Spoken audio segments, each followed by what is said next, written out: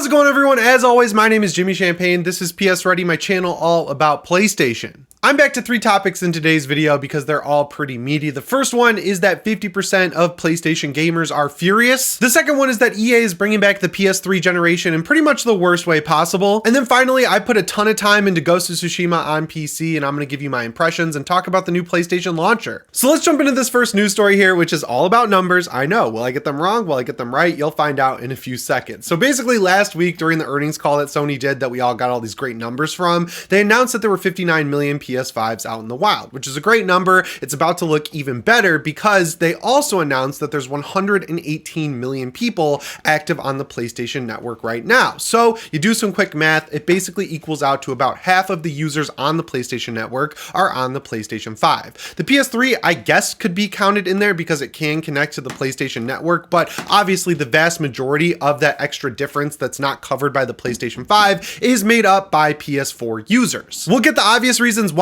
out of the way first. The first one is, of course, that Sony released most of their games, and every other publisher released most of their games on the PlayStation 4 and the PlayStation 5 for the first 3 to 3.5 years of this generation, right? Like every big game from Horizon Forbidden West all the way down to God of War Ragnarok, it also got a PS4 version. Games that didn't, Final Fantasy 16 sold dramatically less on the PlayStation 5, so you kind of saw some course correction where publishers like Square Enix and Capcom made sure that they had PS4 versions of games ready to go at launch. And then unlike past generations where in the 360 and PS3 generation, there were sometimes dual versions of games that would come out on the PS2 and the PS3 at the same time. And it was more like the PS2 versus the PSP in the sense that it would have the same box art, but it would be a different game completely than what you would get on the PS3 that just kind of took some elements from the PS3 version and worked them down into a completely different game. God of War Ragnarok is a lock 30 frames per second on the PS4 Pro at pretty high resolutions. Same thing goes for Horizon Forbidden West. Sony deserves to be commended for that, but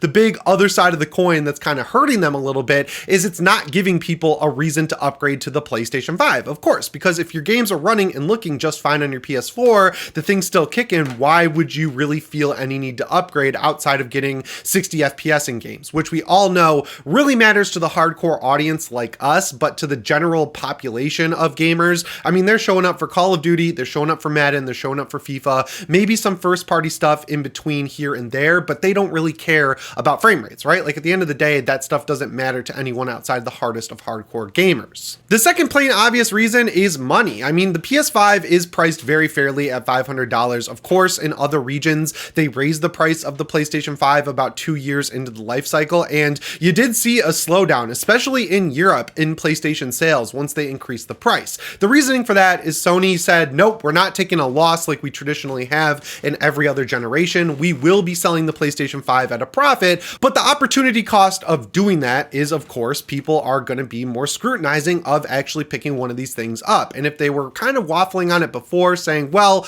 there are some noticeable upgrades in games, there are a few games like Returnal, Final Fantasy 16, Rebirth, X, Y, and Z that I could get that I can't get on the PlayStation 4 right now, I could see that $70 to $80 price increase, of course, adjusted for the different currencies, being enough to make them say, well, I'll just wait for a price drop. But those people are going to be disappointed because we're not getting a price drop when the PS5 Pro comes out. Sony said this directly. They're not lowering the price of the PlayStation 5 when the Pro model comes out, mainly because component prices have not come down at all in the way that they have in past generations. And in some cases, they've even gone up, which again, when you combine the cost of making the PlayStation 5 with the cost of inflation, they have to raise the price to make a profit. Not really consumer friendly. I don't really have an opinion on it. Like, I'd prefer they make money on the console on the business end, but as a consumer, of course, I want the best price possible. So I kind of wish we could go back to the days of them taking a loss. And also, everything's expensive right now. I go to the grocery store once a week. I buy the same stuff. I buy chicken, I buy steak, I buy tomato sauce and pasta. That's pretty much my entire diet because I've been hitting the gym so hard lately. And you know, it's gotten noticeably more expensive. I'd say in the past year or so, it's gotten about double the price. And when you're kind of having to weigh where your money's going, obviously entertainment is not really the thing that you want to be spending money on, especially when you could pay $8 for a streaming service. You could go to the movie theater for $10. Looking at $500 for a PlayStation 5 and then $70 more for a game if you want to play it. Like, obviously that's something that people could definitely cut off of their spending list. It just makes a lot of sense. Thankfully, Sony is right there about to announce a PlayStation showcase. Yes, I got conned on Friday by a Twitter account that I thought was reliable who retweeted last year's showcase date and said that it's coming up. I know, I'm sorry guys. I mean, I'm kind of right because it's going to happen in May. Sony did announce that. It's just not happening on Wednesday, May 24th because May 24th is not a Wednesday this year. Yeah, sorry about that, but we're on the verge of the showcase and we're going to get some announcements that are all going to be coming out, unfortunately, after the end of fiscal year 2024. So after April or May of next year, which kind of sucks. But in the meantime, we are going to get Concord, which is a new IP. I'm kind of excited for that just to see what it is. We're allegedly getting a new Astrobot game. They're going to announce this Lego Horizon game, which might be the remake of Horizon that we've heard so much about. It might just be a Lego form remake of it. So there is stuff that's going to be coming from first party this year. But after that, the floodgates are open and everything from the first parties that we want, like Sucker Punch, Naughty Dog, Santa Monica Studio, pretty much everyone across the board, and San Diego Studio, who usually makes baseball games. They're rumored to be making an Uncharted game right now.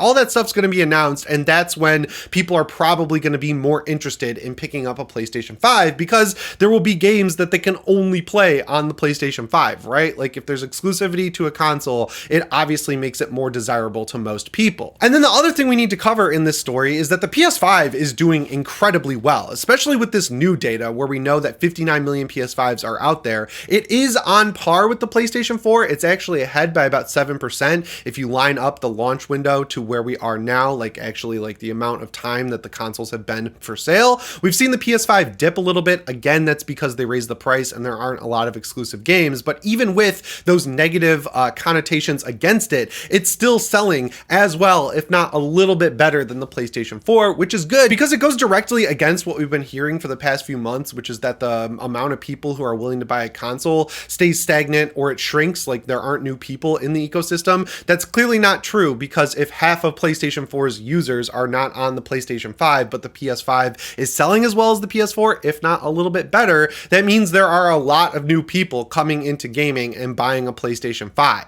Also, again, you got to remember that the only reason there was that 29% drop, which is exactly the same as the drop we saw with Xbox, with the PlayStation, is because in the fiscal year previous, so 2023, PlayStation sold 6 million PlayStation 5s in the last quarter of the year, which is an absolutely insane number. The highest number that the PlayStation 4 hit in the holiday period, which is the biggest sales period of any console's life cycle, was 3.1 million. So they basically doubled the amount of PlayStations that were sold, and that 29% drop brought them still above where the PlayStation 4 was ever at. So, you know, it's a pretty good number for Sony all around. I think things will turn around very quickly once there are some games to be excited for. I just like, in hindsight, it's really easy to criticize Sony for their strategy in terms of releasing cross-gen, but they got to make money on these games. The budgets are absolutely out of control. They're costing hundreds of millions of dollars. There just weren't enough PlayStation 5s out there because they literally couldn't make them fast enough to get a number where games would actually make money. Of course, in the launch period, they all assume they're going to lose a little bit of money because the install base is so small with PlayStation 5 only games, but you know, you'd expect it to go up a lot quicker as they catch up with the hardware demand. They just weren't able to do that for around 2.5 years. So they kind of were forced into a corner where they had to make a call, and that call was releasing games cross-gen. I understand why people are upset about that because I am too. I don't feel necessarily swindled because all of these games look and run significantly better on the PlayStation 5, but I always know in the back of my mind that I could have just played it on PS4, and that kind of sucks. Next up, we got to talk about how EA is bringing us right back to the PS3 generation, and the way they're doing that is investigating putting commercials or ads in games. Now, the reason I say they're bringing us back to the PS3 generation is if you are someone like me who loves cars, loves racing games, and played the golden era of Need for Speed games like Underground 2, Most Wanted, Carbon, Pro Street, Shift, all those games, the vast majority of them had ads in the games where you would be driving down the highway and you'd see a billboard for an actual game or a movie or a sporting event or something like that. And they actually had weird live updates where those things would update. And going back to like Need for Speed Underground 2, you saw sponsorships like Burger King and Best Buy in those games where you would actually see those storefronts within the game. And in a racing game like that, where you're in a city, you know, driving around on the street, I thought it was kind of cool and immersive when I was a kid because I didn't understand the nefarious reason that it was being done, which is of course to advertise in these games. But now the way things are going, it looks like they're going to do an evolution of that, which kind of sucks. Pass. I think what they're going to want to do is very similar to what Xbox has been kicking around, which is if you're on the cheaper version of Game Pass, it still comes with cloud streaming as far as I'm aware, but what they want to do is make it so while that game is loading in the background, you'll see an ad for like a mobile game, maybe an Xbox game, maybe Xbox Game Pass itself, while that game kicks up. And then once that ad is over, you can get into cloud streaming your game as you would have normally before. Or when you're playing a game on the cloud, or you're playing a game that's downloaded off Game Pass, every 4 to 5 hours or so,